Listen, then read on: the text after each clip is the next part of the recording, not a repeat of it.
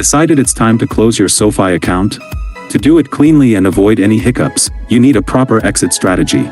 Today, I'm outlining the steps to close your account the right way. Welcome back to Guide with Samuel. Closing an account isn't complicated, but a misstep can leave loose ends. The key is to zero everything out first. First, ensure your balance is zero. Transfer out any remaining funds to another bank account. Crucially, cancel any automatic payments or direct deposits linked to the SoFi account. Reroute them to your new primary account. Then, contact SoFi directly. The most reliable way is to use the secure message center in the app or call their member services. Clearly state your request to close the account. And that leads to my crucial pro tip: get written confirmation. However you close the account, ask for a confirmation email or message stating that the account has been officially closed.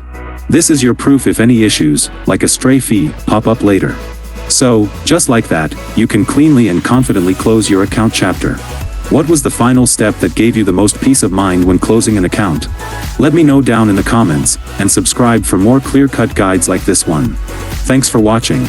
I'm Samuel, and I'll see you in the next video.